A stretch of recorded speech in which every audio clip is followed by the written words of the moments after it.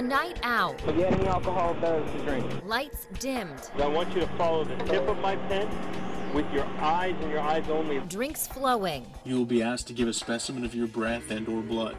Police may be in full force during a No Refusal initiative, but does it work? No Refusal is a designated time when detectives get a warrant to check your blood alcohol content if you refuse a breathalyzer during a DWI. In the past, we've seen these initiatives happen at night, but KXAN investigator Kylie McGivern has learned for the first time during next month's South by Southwest, Austin police will start in the middle of the afternoon to catch those early drinkers. Yes, keep in mind though, police say the goal isn't just for those dates, that No Refusal should be a deterrent to drinking and driving anytime.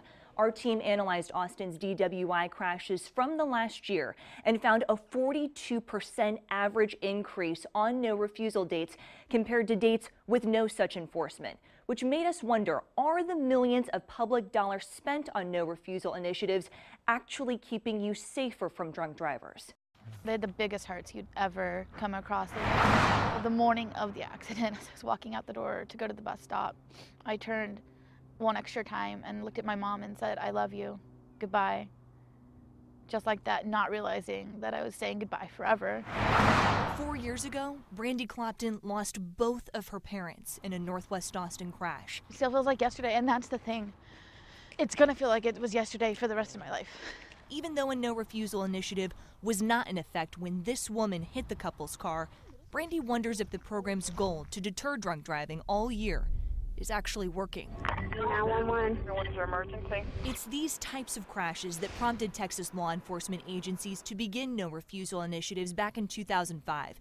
The state's Department of Transportation started distributing grants 4 years later. Records show in the past decade, the agency has given out more than $410 million federal, state, and local dollars on alcohol and other drug countermeasures. It was at 3:30 in the afternoon. A bulk of that money, most of which is federal, goes to impaired driving media campaigns. Hit head on by a drunk driver. A lot also goes to law enforcement agencies applying for No Refusal grants to fund more staffing and resources during those designated hours. You will be asked to give a specimen of your breath and or blood. The Austin Police Department received more than $1.5 million in grants last year, helping support a record 142 No Refusal dates. I can smell an odor like an alcoholic beverage in your breath. If I were to just say point blank, is No Refusal effective? How would you answer that? I would say yes. But when it comes to data for Austin police to back up that claim, it's hard to track whether they track their arrest from beginning all the way through conviction. KXAN examined Austin's DWI crashes for 2017. While No Refusal was in effect just over a third of the year, about half of all those crashes happened during that initiative. But is that the best way to measure success? It is something that we would love to be able to pin down 100%. This is how we evaluate that program. I don't know specifically how we would do that. Which is why 4 years ago, TxDOT commissioned this Texas A&M Transportation Institute to study the effectiveness of No Refusal. At this point, I think right now the jury's still out. In order for us to be able to definitively say that No Refusal is effective, there has to be more research. TxDOT does not have a study underway. Maybe we need more of a bird's eye view to make sure all of this is being spent correctly. We're always interested in any area that we can help address our identified problems here in the state. Take a deep breath and blow out. It smells like you've recently been drinking. We're going to arrest you for DWI. So impaired driving continues to be a significant problem for us. A problem Brandy says might be solved faster with a different approach. Beyond No Refusal. People are drinking and getting behind the wheel, thinking they can do it. I just feel like there should be more done on a daily basis. The Texas Transportation Institute 2014 study we mentioned says people were largely unaware of how No Refusal has impacted DWI fatalities and crashes. But at least one law enforcement agency is listed as saying it's more effective at catching and prosecuting because of the program.